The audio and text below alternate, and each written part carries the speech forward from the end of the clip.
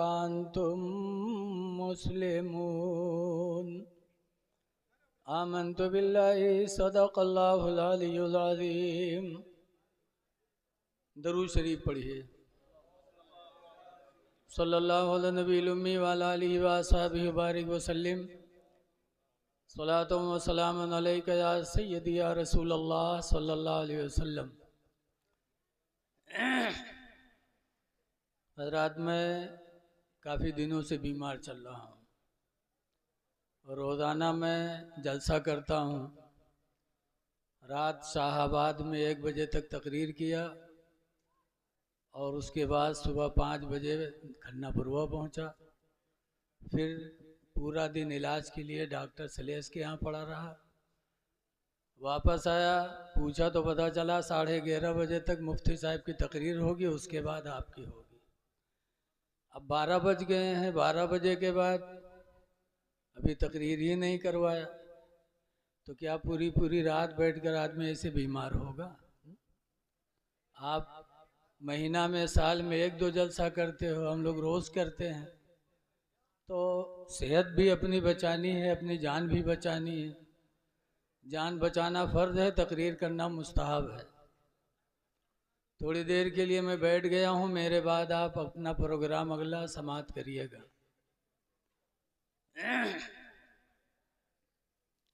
देखिए, कसीर तादाद में लोग खड़े हैं, जगह यहाँ है, लेकिन लगा था कि मदारी कोनो खेल दिखावा और खेल देखे आए। अरे मदारी खेल देखे नहीं आए हो, अल्लाह और उसके रसूल का पैगाम सुनने आए हो यार। जगह यहाँ पड़ी है, आके बैठ जाओ। अब कुर्सी उर्सी की कीमत नहीं रह गए, 100 रुपया कुर्सी बिकात है। आ जाओ, बैठ जाओ, मालदार हो गए, अपने घर के हो गए, नबी की महफिल में एक दूसरे के साथ मिल के बैठ जाओ और ये जाहिर कर दो कि चाहे कोई अमीर हो गरीब हो, हम सब भाई भाई हैं। जैसे मस्जिद में पंजगाना नमाज पढ़ने जाते हो तो अमीर गरीब छोटा बड़ा सब बराबर खड़े होते हो। ये महफिलें दिलों के घमंड को मिटाने के लिए, भाईचारगी को कायम करने के लिए। चले आओ यार। अब यही कहा था, ये तकरीर रस्मन करावत है, सुने के लिए नहीं। अगर ज़र्रा बराबर ये चीज़ होती कि हम दीन की बातें सुनेंगे, उस पर अमल करेंगे, तो 2-4 लड़का तो बात मनबे करती। आके बैठ जाओ, अभी आपको बहुत देर तक बैठ के सुनना है। थोड़ी देर में आपके सामने रहूंगा। देखो, ये महफिलें इल्म का दरिया है। अल्लाह फरमाता है, फसअलू अहल ज़िक्र, इल्म वालों से तुम लोग मसला पूछो, इन कुंतुम ला तालमून, अगर तुम जानते न हो। पूछने का हुक्म दिया गया है।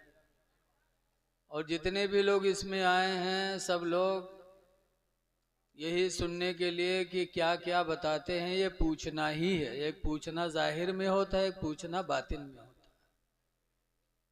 लेकिन आज मसला ना पूछिए लोग। कौन मसला पूछिए?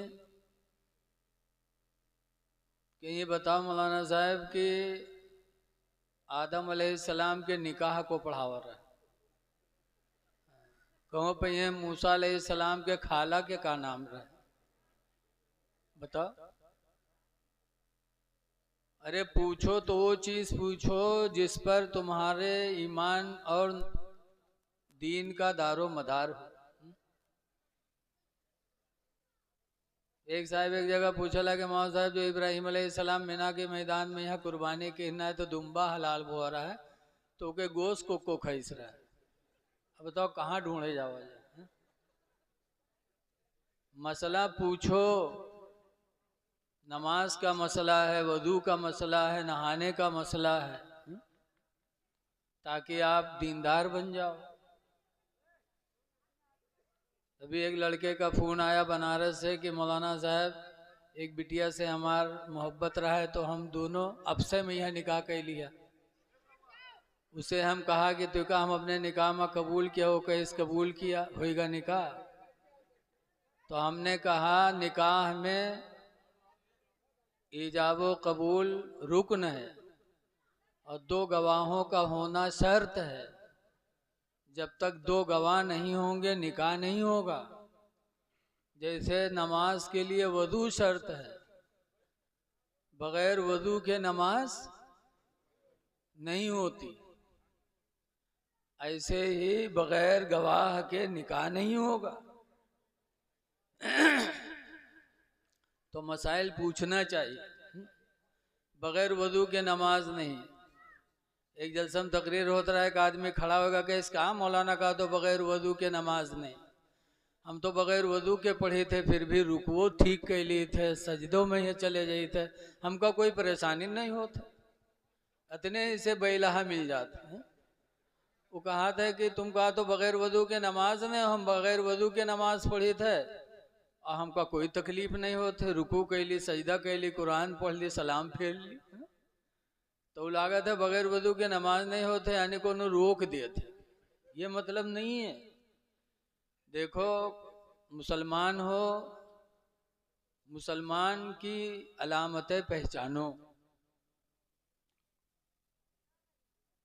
हदीस पाक में मन काना मिनकुम मोमिना, तुम में का जो मोमिन हो, मुसलमान हो, फलयकरिम दैफा, तो चाहिए कि अपने मेहमान की वो इज्जत करे, वला युज़ा जारा, और अपने पड़ोसी को तकलीफ न पहुंचाए। मुसलमान की पहचान मेरे नबी ने बताई है 2। मुसलमान हो तो अपने मेहमान की इज्जत करे और पड़ोसी को तकलीफ न दे। मेहमान आवे तो उसे भौंगियाए के न बोलो, वो आवे तो तनी मुस्कुराए के बोलो, ताकि वो जाने कि हमारे आने से घर वाला खुश है। उसके पास बैठो, ये नहीं कि उसका कुर्सी बैठा है तो चले जाओ खेतवा, ये भी अखलाक के खिलाफ है। 4 पाई हो तो उसको पैताने न बिठा लो, बल्कि सिरिहाने बिठा लो, अगरचे तुमसे छोटा हो। मेहमान की इज्जत करो और मेहमान से काम धाम न ले। ये नहीं कि चलो खंदिया खंदाए दो या घास कटवाए लो, इसमें मेहमान की बेइज्जती है।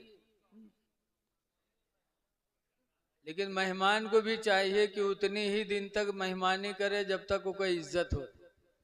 कुछ मेहमान तो ऐसे हैं कि अगर इज्जत करे लागो तो 15-15 दिन तक जाए नाम ही नहीं लेते। हाँ, परे रहिए। एक आदमी ऐसा रहा है, मेहमानी में जाए, कोटेदार के यहाँ के रिश्ता रहा है, और कोटेदार प्रधान के कौन कम यूजना आवा करत है। वो गेहूँ रहा है तो बढ़िया बढ़िया खाए पावे, बेड पर सोए पावे तो पड़ा रहे 10-10 दिन तक, चला आवे घरे और 2 दिन के बाद फिर बेग लेके पहुंच जाए, फिर पड़ा रहे 10-10, 12-12 दिन। बात ना करो, चुप रहो यार। तो मियाँ बीवी खिदमत करत करत हो गए परेशान, आपस में कहा थे लागत है घर हमार बिल्कुल निगाम बसाए ली इसका। तो दोनों सलाह के हिन कहीं अब की जैसे आवे वैसे हम तुम झगड़ा करे शुरू कर दी, तो ला मोहल्ला घर से भाग जाई। प्लान बन गया। वो बेचारा आदत के मुताबिक बेग ओग लेके पहुंचा, फिर खड़बड़े दरवाजा, बीवी दरवाजा खोलिस, अंदर ला के बेग रखिस। बीवी गिलास लेने गई, वाकई में जाहिलियत की हद हो गई। ये पठानों का गांव। अरे तौर तरीका सीखो यार, अदब से जिंदगी बनती है, जन्नत भी जहन्नम भी। ये फितरत अपनी, ये खाकी अपनी फितरत में न नारी है न नूरी है। अदब है तो सब कुछ है। अगर तुमने अदब न किया महफिले मिलादुन नबी का, तो तुमसे बड़ा बदनसीब कौन है? नबी की मिलाद सजाए हो और इसका अदब एहतराम नहीं। खैर अल्लाह तौफीक दे दे। तो रतिया के गिलास उठावे पे बर्तन खड़बड़ान बहू के मर्दवा डांटिस भैया कुछ बोली पे मारपीट चालू हो गया। जब मारपीट चालू हो गया रतिया रोवे लाग। तो मेहमान के कुछ गैरत है, सोचिस कहा बते ना हम आए होत न गिलास उठावे जात न मारपीट होत, हमरे वजह से भवा है तो कुछ शर्मान बउठाइस भी एक चल दीस वापस। जैसे चला दरवाज़ा पार कीस वैसे वो रतिया गए पीछे से दरवाज़ा झट से बंद कीस। अपने आदमी से कहा था कि हम अपने मकसद में हम लोग कामयाब हो गए, आज छुट्टी मिल गई। तो मर्दवा कहा थे हम कत्ते होशियार हैं, तुमका मारा बहुत है लेकिन चोट नहीं लगे दी है।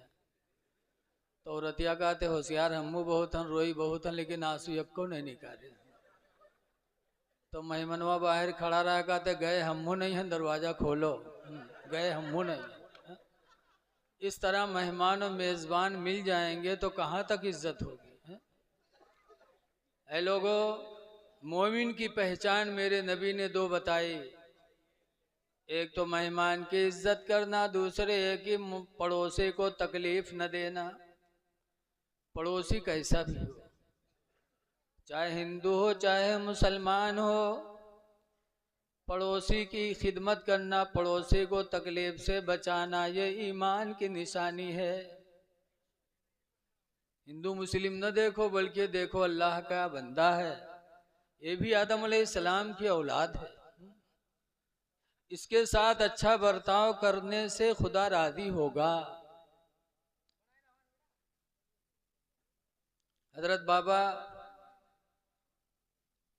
बायजीद बुस्तामी के घर के बगल में एक गैर मुस्लिम का मकान था। एक रात उसका बच्चा रोने लगा। बायजीद बुस्तामी की आंख खुली। आज अगर कोई बच्चा पड़ोस में रोवत है, आंख खुली तो सोचिए हमरे घर के हो कि दूसरे घर के हो। अगर अपने घर के हो तो उठिए, अगर दूसरे घर के हो तो सो जाइए। और बायजीद बुस्तामी ने जब आवाज़ सुनी तो उठ करके गए उसके दरवाजे पर। दरवाज़ा खटखटाया, गैर मुस्लिम ने दरवाज़ा खोला। बायजीद बुस्तामी पूछते हैं भाई तुम्हारा बच्चा रो रहा है, क्या तकलीफ है, किस परेशानी में? तो उस गैर मुस्लिम ने बताया कि बाबा ऐ बायजीद बुस्तामी, गरीबी ने ऐसा घेरा कि आज मेरे घर में चिराग जलाने की भी तौफीक न रही। उलझन से बच्चा रो रहा है। बायजीद बुस्तामी ने सुना तो अपने घर में गए और अपने घर से चिराग जला करके उस गैर मुस्लिम के घर में ला के रखा। रोशनी हुई, रोता हुआ बच्चा रोशनी देखकर चुप हो गया। तब वो गैर मुस्लिम अपनी बीवी से कहता है मेरी बीवी मुसलमान कितने रहम दिल होते हैं। कितने रहम दिल हैं बायजीद कि रात के सन्नाटे में पूरी दुनिया सो रही है लेकिन मेरे बेटे का रोना बायजीद को अच्छा न लगा। रात की तारीकी में आकर के मेरा घर खुलवाया और चिराग से मेरे घर को रोशन कर दिया। ऐ मेरी बीवी, जब बायजीद की रोशनी मेरे घर में आ चुकी तो बेहतर है कि इस्लाम की रोशनी को दिल में दाखिल किया जाए। बायजीद बुस्तामी के इस रहमो करम को देखकर वो गैर मुस्लिम घर भर मिलके कलमा पढ़ के मुसलमान हो गए। ऐ लोगों, पड़ोसियों को तकलीफ न दो। पड़ोसी बीमार हो जाए तो उसके यहाँ इयादत करने जाओ, चाहे हिंदू हो चाहे मुस्लिम हो। मुस्लिम शरीफ की हदीस में है कि क़यामत के दिन एक बंदा अल्लाह की बारगाह में हाजिर होगा तो अल्लाह उससे नजर रहमत मोड़ लेगा। तो उधर जाएगा तो अल्लाह नजर रहमत मोड़ लेगा। तो कहेगा अल्लाह तेरी रजा के लिए मैंने नमाजें भी पढ़ी, रोज़ा भी रखा, हज भी किया, ज़कात भी दिया, और तू हमसे नजर रहमत मोड़ रहा है। तब अल्लाह फरमाएगा कि कैसे तुझसे नजर रहमत न मोड़ो, मैं बीमार था तू मुझे देखने नहीं आया। तो वो कहेगा अल्लाह तू कब बीमार हुआ? बीमार होना तो बंदों की सिफत है, तू तो खालिक व मालिक है, तू कब बीमार हुआ? तो अल्लाह फरमाएगा कि तेरा फला पड़ोसी बीमार था तू देखने न गया, अगर तू वहां देखने जाता तो मैं मौजूद था, मेरी तेरी मुलाकात हो जाती। पता